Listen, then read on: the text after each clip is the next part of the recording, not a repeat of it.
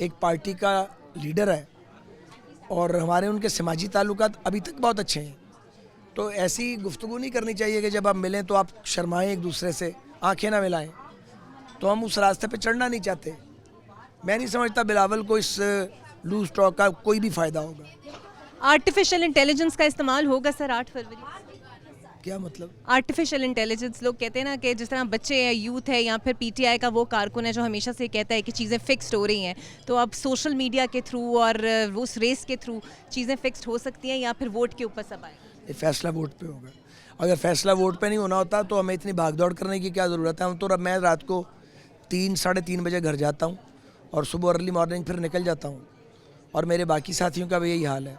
کھوسا صاحب کو صحیح ہوگا. کھوسا صاحب کو ڈیفیٹ کرنا آسان لگے گا آپ کو؟ میرے دوست ہیں, بڑا ہمارا اچھا تعلق ہے.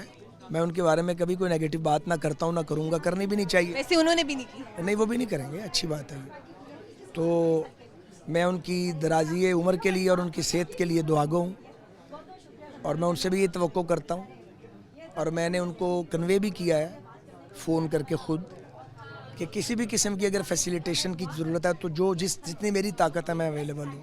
بہت شکریہ جی, اور سعد رفیق صاحب کو بیسٹ آف لک کہیں گے فار دا الیکشنز, اور دیکھتے ہیں کہ آگے کیا ہونے والا ہے. میرے ساتھ اب جناب موجود ہیں سینیٹر ہیں خالد شاہین بٹ صاحب, نون لیگ کے رہنما بھی ہیں. سر, سب سے امپورٹنٹ چیز مہنگائی ہے جس سے عوام بہت پس رہی ہے, اور آپ جا کے ووٹ مانگتے ہوں گے تو مہنگائی پر ہی وہ لوگ سوال کرتے ہوں گے. اس کے لیے سب سے کریش پروگرام کوئی ہے نون لیگ کے پاس؟ جی بالکل, لوگ سوال یہی کرتے ہیں اور ہمیں پتہ ہے کہ یہی ایک مین پرابلم ہے اس وقت, جس کو اگر ہم نے ایڈریس نہ کیا ٹائم پہ تو رزلٹ بڑے اچھے نہیں ہوں گے. لوگ سوال کرتے ہیں اور ہم ان کو جواب یہی دیتے ہیں, اور اس میں یہ ہے کہ ہمارا پاسٹ ریکٹ ہے, ہماری یہ تو نئی پارٹی تو نہیں ہے. مسلم یونین نے جو پہلے 2013 میں جو ہماری پرفارمنس تھی, تو ہم نے تو اسی کی بیس پہ ووٹ مانگنا ہے.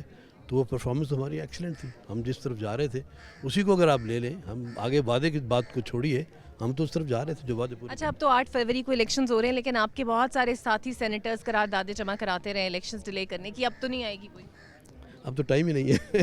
اب تو سینٹ کا سیشن ہی کوئی نہیں ہے ٹل 8 فیبرری, تو اب اور کوئی نہیں آئے گی انشاءاللہ. اب کوئی نہیں آئے گی, الیکشنز ہونے جا رہے ہیں. جی نہیں, ابھی نہیں آئے گی. بہت شکریہ سر آپ کا. تو جناب شہر اقتدار سے سینیٹر خالد شاہین بٹ ہمارے ساتھ موجود تھے, اور بھی لوگوں سے بات کرتے ہیں اور جاننے کی کوشش کرتے ہیں کہ اس حلقے میں نون لیگ اور تحریک انصاف کے درمیان کس طرح کا جوڑ پڑنے والا ہے. میرے ساتھ جی موجود ہیں پریزیڈنٹ PMLN ہیں اوورسیز, اور UK سے یہ آئے ہیں, زبیر گل صاحب. بہت شکریہ سر آپ کا. اوورسیز پاکستانی اس پورے ووٹنگ پروسیس کو اور انتخابات اب جو کہ فائنلی ہونے جا رہے ہیں, کیا دیکھتا ہے اس لے کے؟ دیکھیں, اوورسیز پاکستانیوں کی بڑی امیدیں ہیں میاں محمد نواز شریف صاحب پہ, کہ انہوں نے پہلے بھی جس طرح سے اپنے گزشتہ دور میں جو پاکستان کو ترقی جو پروجیکٹ لگائے, تو ہم سارے فخر کی نگاہ سے دیکھتے تھے. لیکن بدقسمتی سے لاسٹ جو ٹرنیور گزرا ہے, اوورسیز پاکستانیوں میں بھی بڑی مایوسی ہے. ایک نفرت کی سیاست جو ہے وہ سب سے زیادہ اوورسیز میں, خاص کر برطانیہ میں یہ وبا تھی, جو فتنہ تھا, یہ سب سے زیادہ ادھر پھیلا.